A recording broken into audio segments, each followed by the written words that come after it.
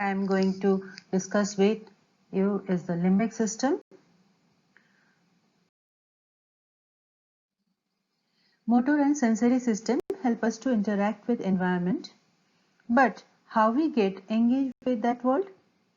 How do we know what is our need, what will be our behavior? How do we memorize the fact that recall them? An emotion we feel? Two systems are closely related to the behavior. The hypothalamus, which involves in all necessary aspects of maintaining proper interaction environment like hunger, thirst, autonomic and hormonal function. And the limbic system, it maintains the emotional aspect of behavior and some kind of memory. They functionally connected to each other. In search of neural connection of emotion, in 1937, James Papez introduced the concept of neural circuit called Papez circuit. It starts with hippocampus and ends with hippocampus. In between, it are related to each other by the neural connection. Hippocampus related to mammillary body via fornix, then to the mammillothalamic tract, goes to anterior nucleus of thalamus, then to the internal capsule, go to the cingulate gyrus.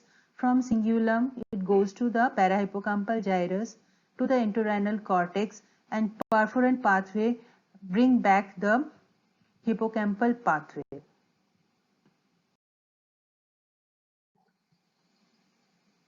Paul D. MacLean first introduced the term limbic system to refer the set of interconnected brain structure in a paper in 1952. MacLean's recognition of the limbic system as a major functional system in the brain. The limbic system is responsible for the motivation and emotion involved in feeding, reproductive behavior, and parental behavior. He proposed some other areas of brain that added to the Papez circuit and affirmed the idea of Papez.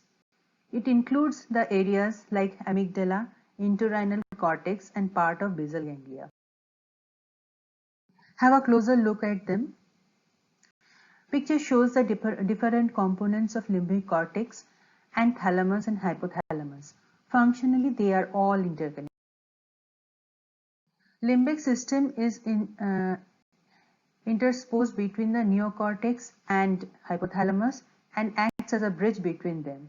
Limbic system margin between them and gets its name.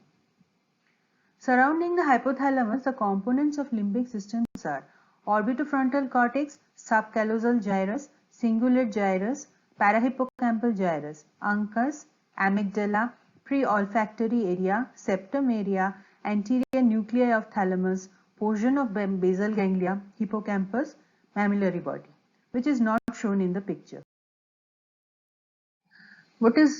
Now come to the components. First component is amygdala. It is known as the emotion center of brain. When stimulated specifically with electrodes, the fear, anxiety, anger, and violence are elicited. Damage to the area leads to the Kluver-Bucy syndrome. That is loss of normal fear and anger responses, memory loss, distractibility, seizure, and dementia, inappropriate sexual behavior. Next part is hippocampus.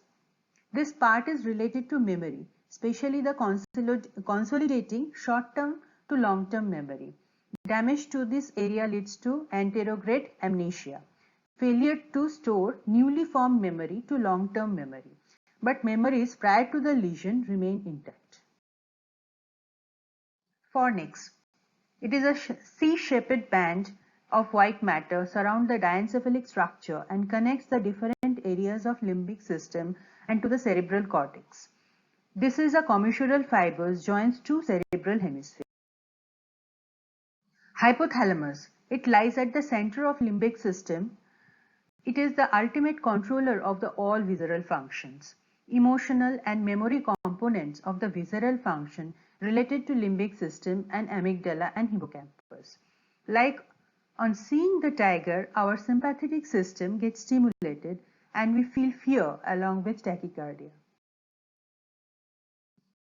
Thalamus, especially the anterior group of thalamic nuclei. It is a relay station of all sensory input Anterior part of the thalamus is a part of limbic system. These nuclei are thought to play a role in modulation of alertness and involved in learning and episodic memory. Cingulate gyrus, it's a particularly help to regulate the pain and emotion, help to avoid negative consequences. In summary, limbic system is connected to the environment via thalamus. It regulates the emotion, behavior, memory. Its connection with the prefrontal cortex link emotion and memory with the thinking process. So we can behave appropriately according to the stimulus we perceived. Thank you.